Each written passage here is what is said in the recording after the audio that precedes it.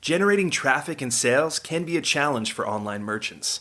But selling on the Walmart Marketplace puts your products in front of millions of customers who shop on Walmart.com. And right now, sellers who join Walmart Marketplace can save up to 50% on referral and fulfillment fees for the first 90 days. So get started today. Head over to marketplace.walmart.com/savings. That's marketplace.walmart.com/savings.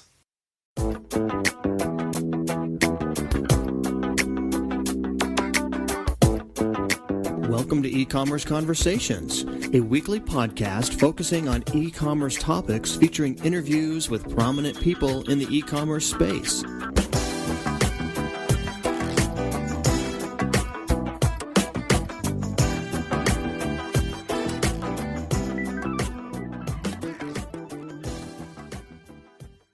This is E-Commerce Conversations by Practical E-Commerce.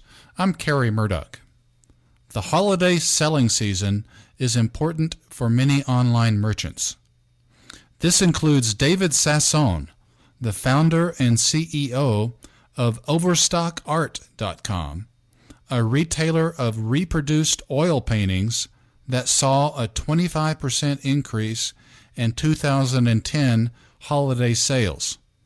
He joins us to discuss what worked and what didn't work for Overstock Art this past holiday season. Well, David, thank you for your time today. Thank you very much for having me, Kerry. I really appreciate you interviewing me. David, we are here to discuss the holiday season, holiday selling season for your company, Overstockart.com.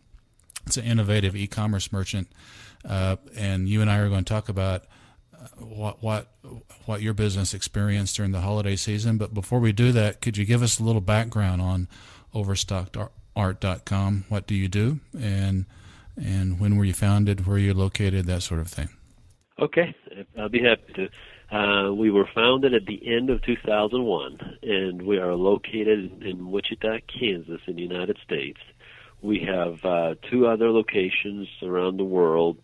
We have an office in China, and we have a small office in Israel. I tell people we are a small multinational business. Mm-hmm. We deal in handmade oil paintings and frames. We keep all the product in stock in our facility here in Wichita, Kansas. And we receive orders via our website and our phone, obviously. And we take the orders. We try to ship most of everything within a 24 to 48 hours period. And the holiday season for obviously is the November-December season. And the selling season went extremely well. Tell us, David, just to give our listeners an idea of the size of your business, could you tell us perhaps maybe the number of SKUs that you stock? Sure, absolutely. We have about 1,500 paintings, 1,500 painting images in stock, somewhere around 15,000 paintings, and there is somewhere in the neighborhood of 50,000 to 75,000 options that a customer can choose from as far as mixing and matching frames and such. Okay. What sort of cart do you use on Overstock Art? We use a Yahoo cart, and we customize it. We use a Yahoo Merchant solution, but we customize it to where it's not immediately visible unless you're obviously a merchant or someone that's knowledgeable in e-commerce. Okay. So thank you for that background. In terms of your holiday selling season, you alluded to that November and December. I know you've mentioned to us that was a successful season for you, and we thought we would just ask you about that, what you experienced. Could you tell us some rough metrics in terms of what you saw with your business in terms of growth this holiday season versus last? Sure. I'll back up just a little bit. Last season, the 2009 season was remarkable for us. We had terrific growth. But throughout 2010, we grew from 2009, and so we were still expecting a lot of growth. Overall, the holiday season, we've seen a growth of about 25%. We've seen in the early part of the holiday season, we've had amazing growth of somewhere close to 100% in the November period. So we were actually even expecting something stronger than what we got, but we were pleased to see after a breakout year to still be able to grow by 25% was what we felt was pretty remarkable. That's wonderful. Can you tell us some of the factors that you believe contributed to the growth? You know, I think it's a number of things. One of the things is inventory management. We managed our inventory to where our best sellers were in stock during the entire holiday season, as opposed to last year where we ran out of a lot of our best sellers early on. That's the first one. The next thing is improvements throughout the year to our website. If it's improvement in navigation, improvement in the way a painting is viewed, better zoom features, the view art in a room feature we added. All these features improve the customer experience before purchasing. Next is the customer service that we've been giving our customers caused a lot of repeat purchases, and that has been a motto of ours from the beginning, basically, but it keeps paying off every year.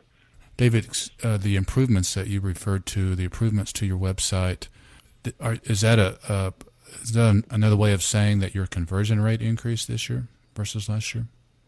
Yes, it did. It increased this year throughout the year. I would say, without looking at the numbers right now, virtually every month we were ahead. Specifically during the holiday season, our conversion rate itself was up, I believe, 12%. What is is that something you disclose, your overall conversion rate, the percentage of visitors to your site that end up buying something? No, we don't normally disclose that. And quite frankly, it's not very high. It's a little bit, it's almost embarrassing, but the product that we deal in is so visual, and it's not a traditional web type product, and so we feel that our conversion ratio is always going to be below average. We don't like to give the exact numbers. I'd say that over the years we've improved virtually every year. But we still got a long hill to climb, which we're battling every day. Fair enough. You alluded to bestsellers to give our listeners an idea of the type of product that we're referring to. Tell us 2 or 3 best-selling products that you had this holiday season. Sure. Our best-selling painting almost every month is Van Gogh Starry Night.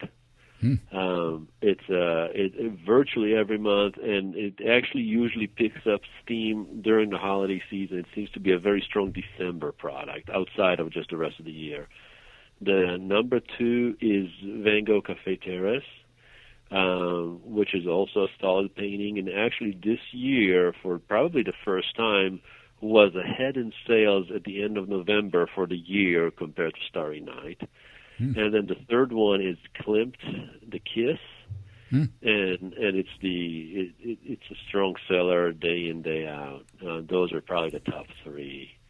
What does a consumer pay roughly for, say, Van Gogh's Starry Nights? If they buy that off your site, what's that going to cost a consumer? A consumer, depending on the mix and depending on the size, but a consumer can buy the painting for somewhere around $100. All right. And that's an original oil painting? That's a handmade oil painting. We don't use the word original because we don't want them to confuse with the original that Van Gogh made. This is made by one of our artists, obviously. Got it. What about, David, what about items such as other marketing efforts, pay-per-click? I know you publish a catalog, at least I think you publish a catalog, SEO efforts. Any of those marketing initiatives that you saw for the holidays? Okay. One thing that we did really well is we dropped a postcard, a direct mail piece that worked really well for us. We got terrific return. We don't do that very often, but we chose to do it in November, and the return was excellent. It's one of the things we're going to improve for next year, actually.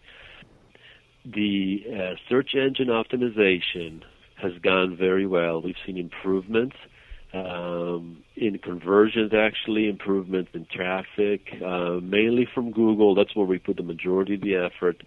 But we definitely see improvements, and we use Exclusive Concepts for that. That's who manages our search engine optimization.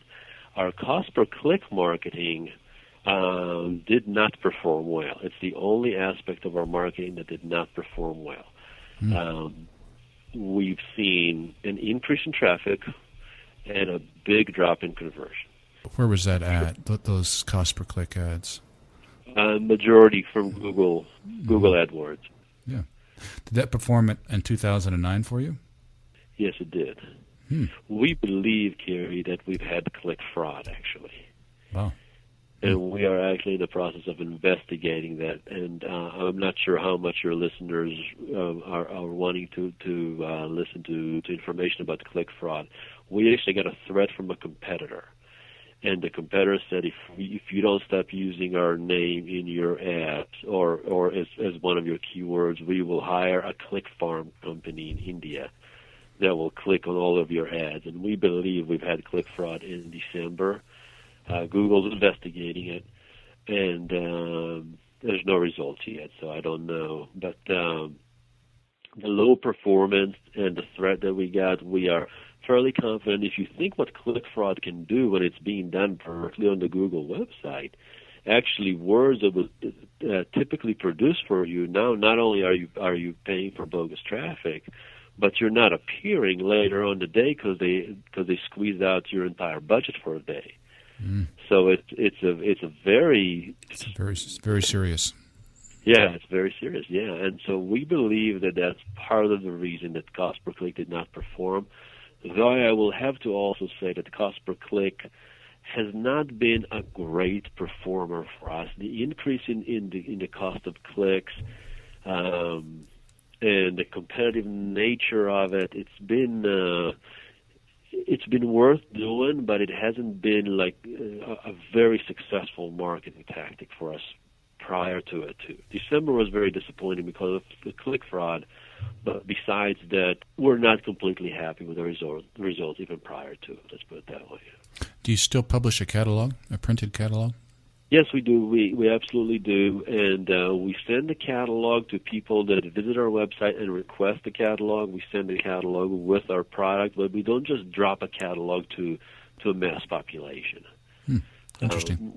We didn't feel like the return on investment is going to be there for us to do so. But it has been a successful tool to reach out to customers and to reach out to people who want to be customers. We like the catalog a lot. You mentioned your postcard campaign. Who did you send the postcards to? Was that to existing customers, or did you have a targeted list? The list is everybody that purchased from us in the past few years. So it's a list of our own customers. It's a very good list. It's a very clean list, and the response was very good. Good. David, let me change gears on you just for a sec. Sure. Social media. Yes. What's Overstock Art doing in the social media realm, and how is it performing for you? We do a lot in social media. We have a Facebook page. We have our own Facebook page, which is facebook.com/overstockart. We also built artist fan pages. So we built a page for Van Gogh and a page for Monet and a page for Klimt and the different artists that we carry. And we kind of manage all these different Facebook properties, and we see all the communications between the different fans of our page or the other artist fan pages. And there is a lot of activity. It's a good place for communication. It's a good place for people to get to know us. We also have our own blog that we post very interesting articles on. Some that we write, some that other people write, and definitely have quite a bit of traffic and people that are interested in information and such about the core, about art, or about artists and art history. As far as productivity, as far as direct sales dollars, it's marginal right now. It's not something that makes us a lot of money. Traffic has gone up about 800% in the holiday season this year compared to last year. Now, it sounds real impressive in the traffic amounts, but it wasn't very large last year, and so it wasn't that huge, even though it grew up a lot.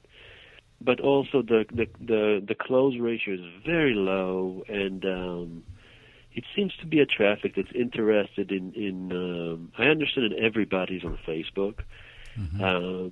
But it seems like the mode that the people are in when they're on Facebook is not so much of a purchasing mode. It's a communication mode. It's a, you know what I'm trying to say? Sure. And right. So we kind of feel like it's a good place to network, if you will. It's a good place for us to have an open, uncontrolled communication with our customers. But at the same time, we don't see a huge impact on direct sales. We discussed a little bit ago, David, your pay-per-click ad efforts. Have you tried Facebook ads? I'm curious. Yes, we did, and the results were not good. Yeah. We stopped it. Yeah, all right. We have just a couple of minutes left here. Our listeners, as you know, are e-commerce merchants, most of them smaller than your business.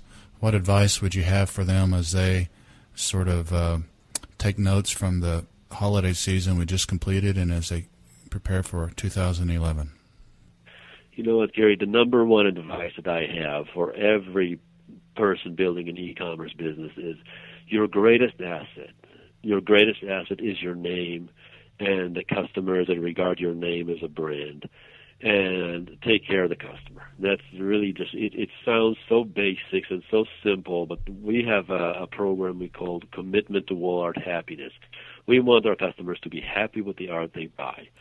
And that commitment is what brings customers back to us. We've had over 50% repeat purchases during the holiday season. Wow. And we're not a naturally repeat business. You buy a painting, you hang it on the wall, and you're done. But because we take such good care of our customers, that's why we're seeing repeat. And I would say, you can spend tons and tons of money on cost per click ads and such, and if it's one and done, if you don't take care of your customer and the customer does not come back, I cannot see how a business can grow. So if I could give only one advice, I'd say that this is it. Just take care of the customer. That's good advice. For purposes of our listeners, we've been visiting with David Sasson. David is the founder and CEO of a very interesting e-commerce company called Overstockart.com.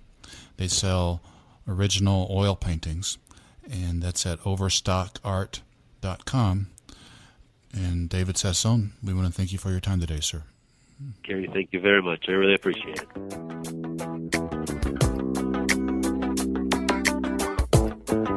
That's all the time we have for this week's e-commerce conversation. I hope you enjoyed it. Please tune in next week for another new episode.